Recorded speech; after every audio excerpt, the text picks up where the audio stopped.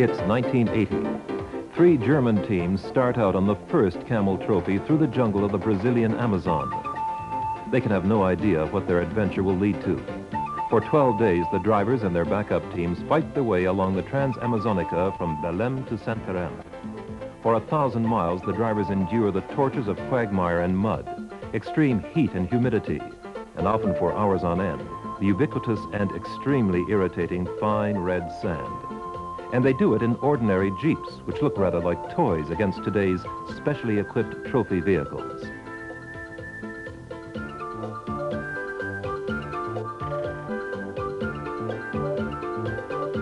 The most difficult situations occur when the jungle has managed to reclaim the road. Breaking through the apparently impenetrable barrier is exhausting work.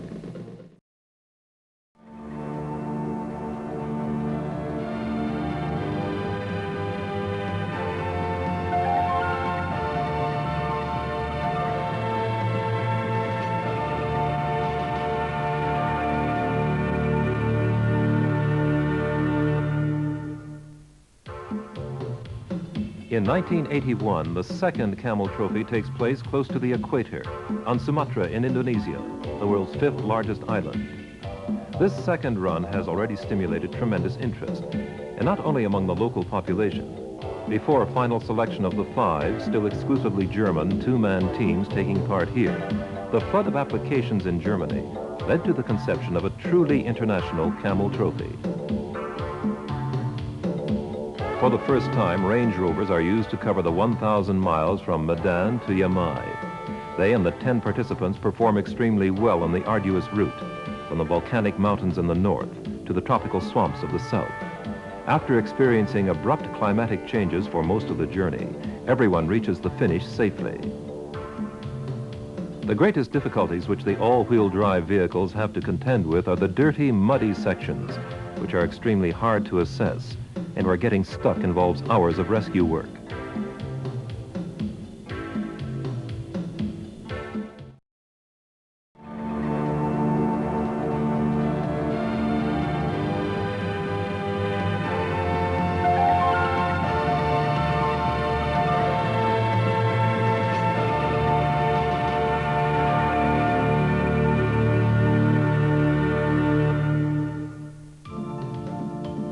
(1982). The Camel Trophy participants land in Papua New Guinea. The welcome is overwhelming and the media interest enormous. This is the first time that the 1,000-mile Camel Trophy adventure is held with international participation. There are 8 two-man teams, 2 each from Germany, Italy, the Netherlands, and the United States. This time a draw is held to allocate the 8 Range Rovers so that each team starts with the same chances. And for the first time, a number of special tests have been included to determine the winner. But the emphasis of the Camel Trophy remains on teamwork for this first international competition. Without it, there is little chance of completing the arduous course, which stretches from the mountainous countries of Mount Hagen down to the coast in Madang. And the members of the over 700 local tribes lend enthusiastic support. Even when a bridge swept away by the river causes a trophy competitor for once to attempt something more than he or his vehicle can manage.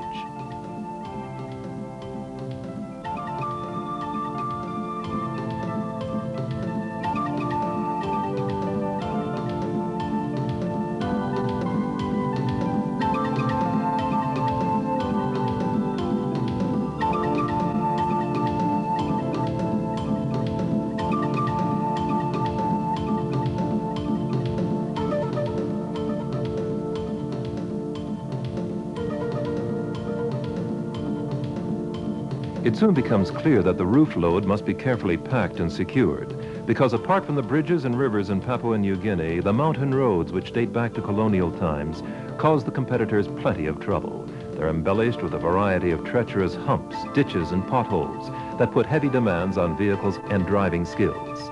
The Italians Cesare Giraldo and Giuliano Giongo prove to be the most adroit. They win the first international Camel Trophy.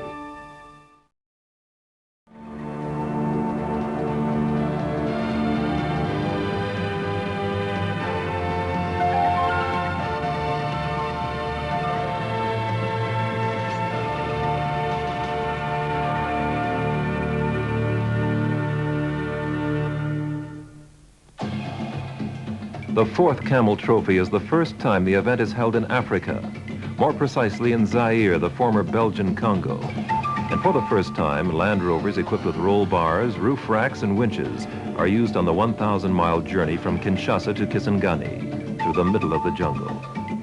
7 countries are now represented with teams from Germany, Italy, the Netherlands, Spain, Portugal, Switzerland, and Hong Kong. The extreme climatic conditions, 45 degrees Celsius in the shade, 95% relative humidity, and the difficulties presented by the route make the fourth Camel Trophy one of the severest ever, and one of the most dangerous.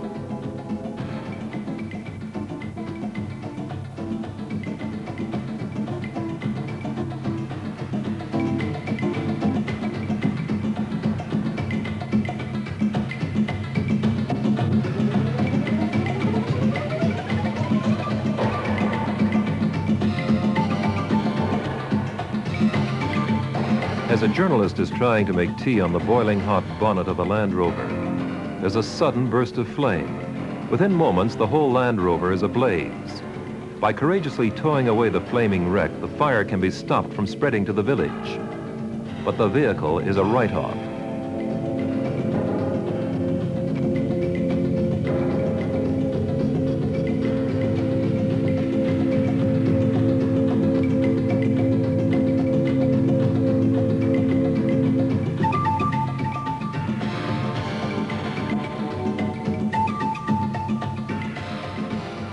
The most frequent cause of time loss in this event are vehicles that have turned over. Tiring rescue actions are the result, but the Camel Trophy family nevertheless reaches the finish. The victors, who have accumulated the most points in the special tests, are the Dutch pair, Henk Bont and Frans Hey.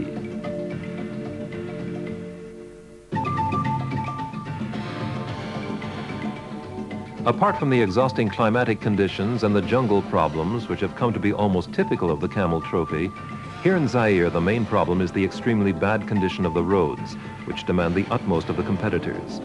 Whether the surface is rock-hard sand or knee-deep mud, the vehicles are continually having to be driven in an inclined state, very close to the turnover point.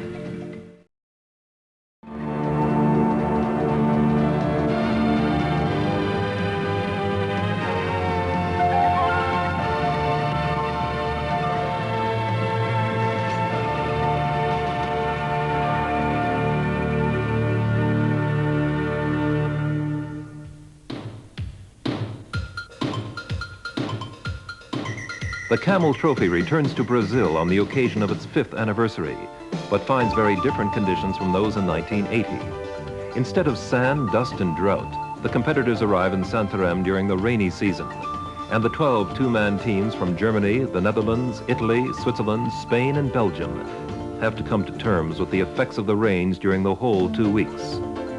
The journey from Santarém, the finishing point of the 1980 Camel Trophy, and Manaus, river port capital of Amazonas state, turns out to be one long mud bath.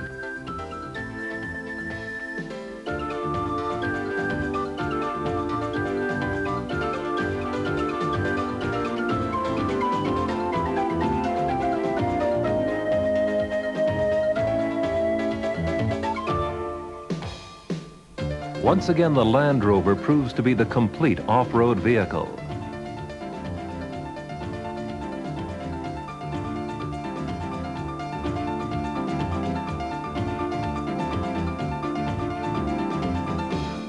Perhaps it's not surprising that a resourceful organizer faces the competitors with a special task, which involves reversing through a quagmire.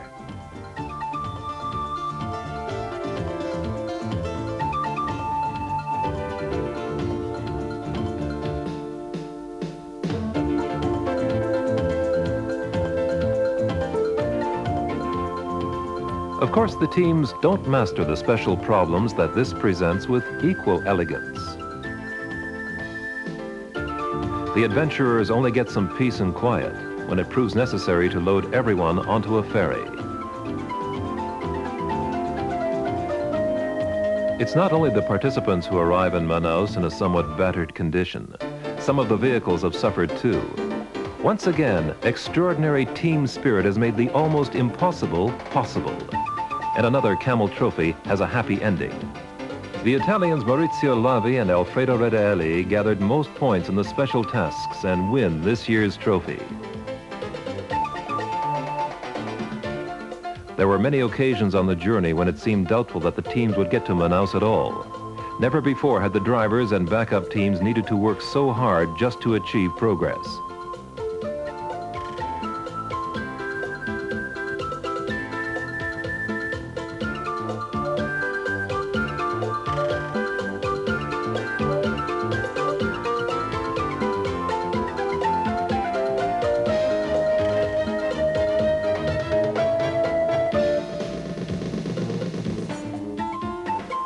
Some stretches of the Trans-Amazonica, the world's longest road, have been washed away by swollen rivers.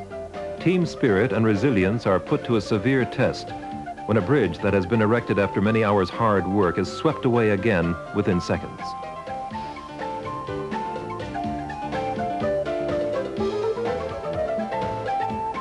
Courage. The readiness to take risks and mental strength are needed to master such situations. And, of course, a number of winches, especially, though, the ability to use them properly to achieve maximum effect with minimum technical effort. A new bridge, no less. And then the anxious moment arrives. Will the bridge hold or won't it? Must a Camel Trophy be terminated prematurely for the first time? Will we do it or won't we?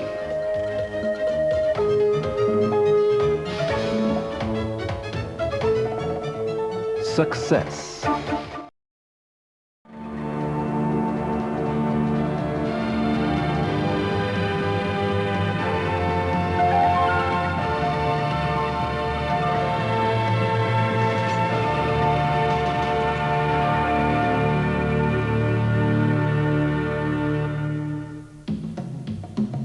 In 1985, the Camel Trophy returns to Indonesia.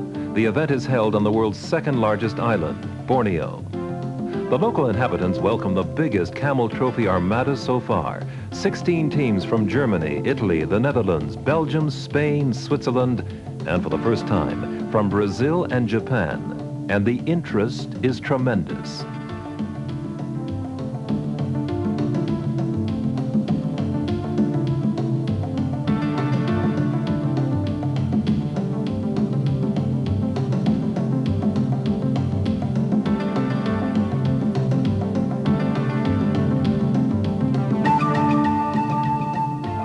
Borneo provides the usual Camel Trophy scenes, dealing with difficult road conditions, helping each other to overcome minor and major problems, heat, stress. But the helicopter air bridge, which is needed to get everyone over a flooded swamp, is totally unexpected. And it means that a lot of extra work is necessary. To save weight, all the baggage and the Land Rover doors have to be taken off and put back on again.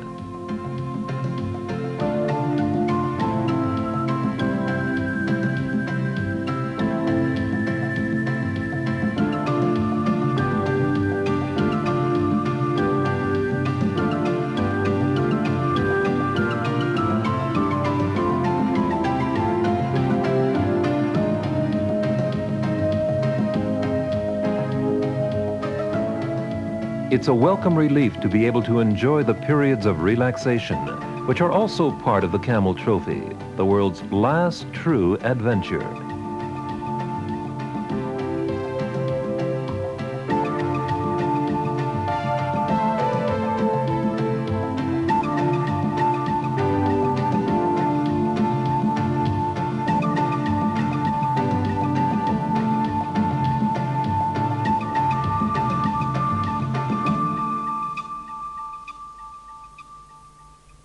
The 1,000 miles between Samarinda and Balikpapan are the most arduous so far, and that's due to the water. At the end of the rainy season, most of the Indonesian province of Kalimantan is more or less underwater.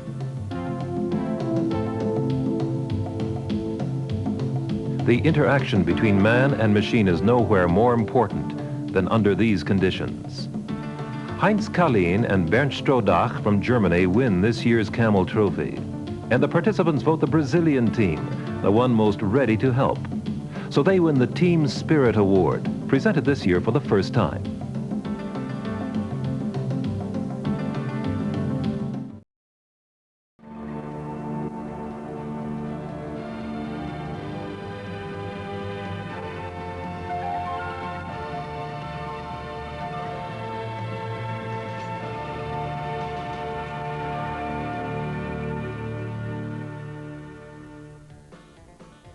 After the water trophy in Borneo, Australia has something new to offer for 1986.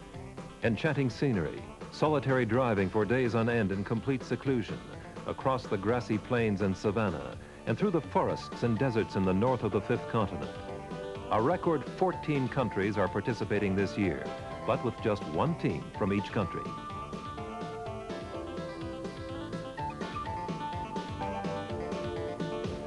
Although Australia is known as the world's driest continent, the Camel Trophy competitors again have plenty of trouble with water.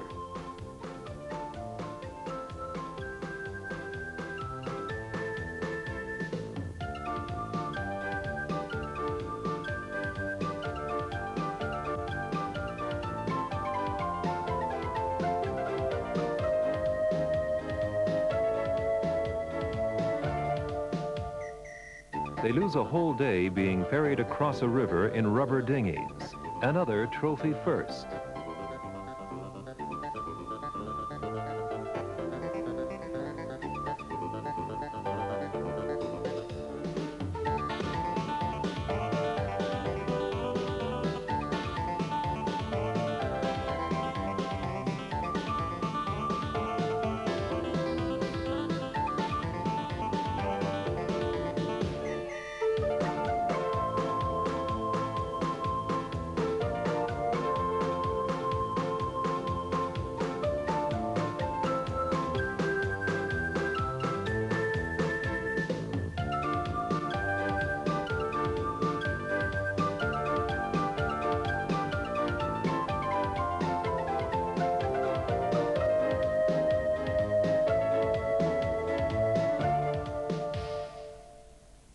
But it turns out to be the most amusing, most romantic, and most lively Camel Trophy to date.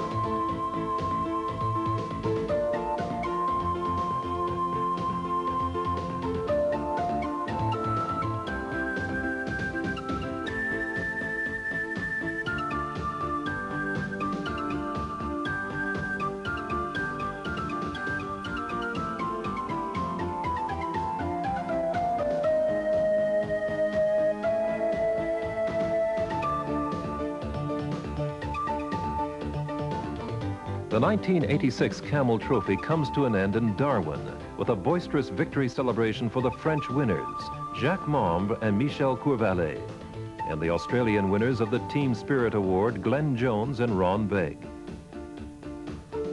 The most headaches on the Australian trophy are caused by driving in sand. Whether steep, fissured, or soft, the competitors are continually having to come to terms with this treacherous driving surface, sometimes more intensively than they reckoned with.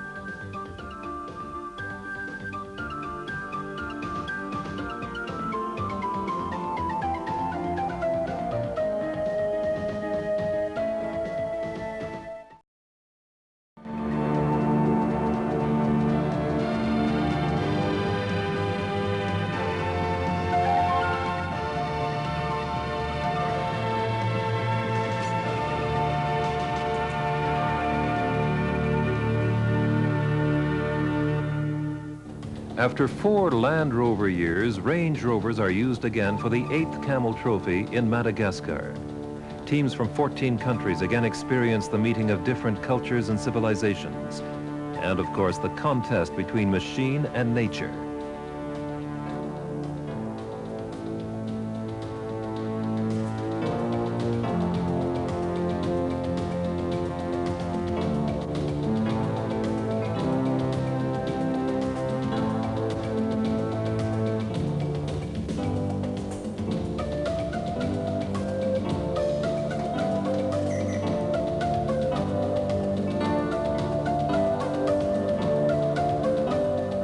Crossing this equatorial island in the Indian Ocean from north to south, between Diego Suarez and Port Dauphin presents the competitors with plenty of typical Camel Trophy challenges.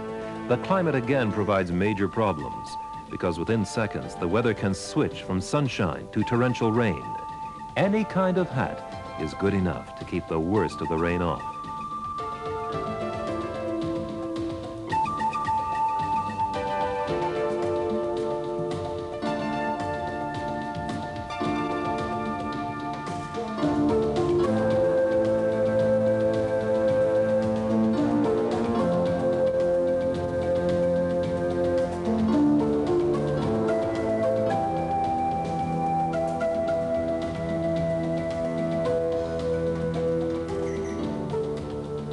But also in Madagascar, by exhausting every possibility and drawing on their last resources of imagination, all 14 teams managed to reach the finish in Port Dauphin. With Mauro Miele and Vincenzo Tota, an Italian team win the Camel Trophy for the third time, and the Spaniards Puig and Mutane are voted the most helpful team.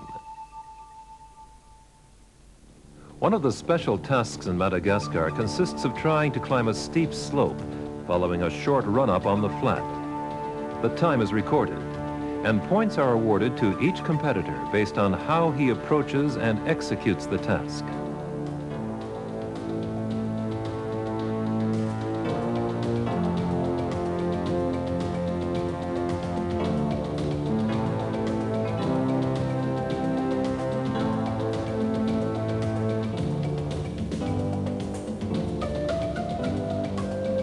Some teams, such as the Japanese, have every reason to be pleased with their showing. And the Swiss too look confident after having completed this special task. But others are less successful.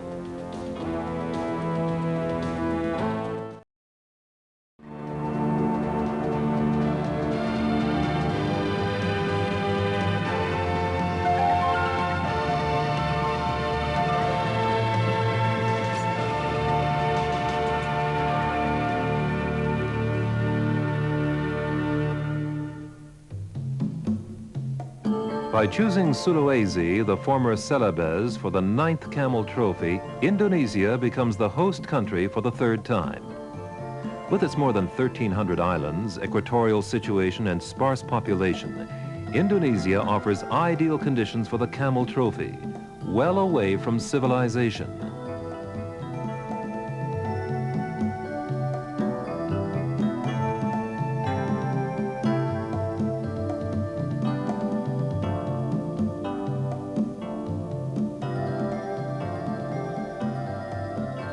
On the journey from Manado to Ujung Pandang, there are nevertheless a number of opportunities to use the Land Rovers to help the local inhabitants. For the most part, though, the competitors are kept busy with their own problems, because Sulawesi, with its fissured, almost inaccessible mountainous terrain, provides an unprecedented test of endurance for man and machine.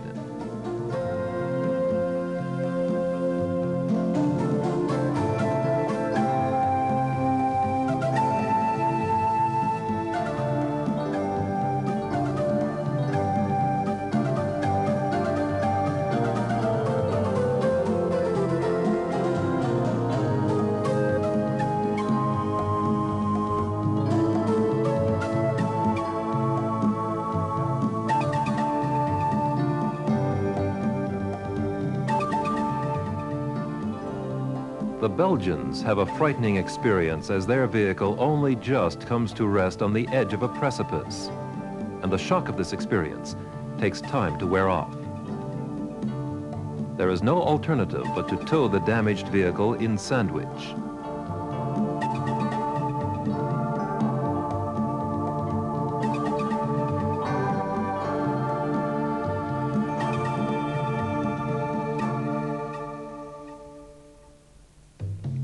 A complete differential is replaced in a single night.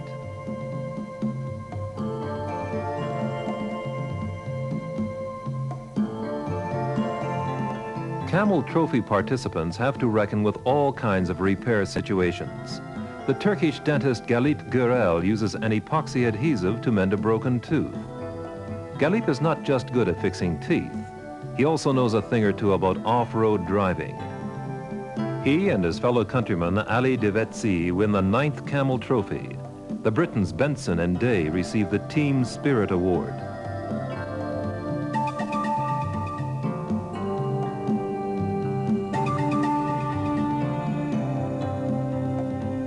Patience is the quality required in the rugged mountainous terrain of Sulawesi. Patience to drive slowly. So progress is a painstaking business, measured in yards. It has to be, otherwise damage is inevitable.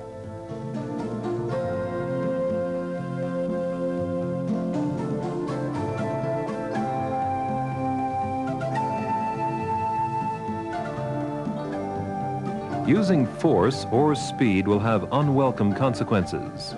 Either the vehicle will be damaged or the driver.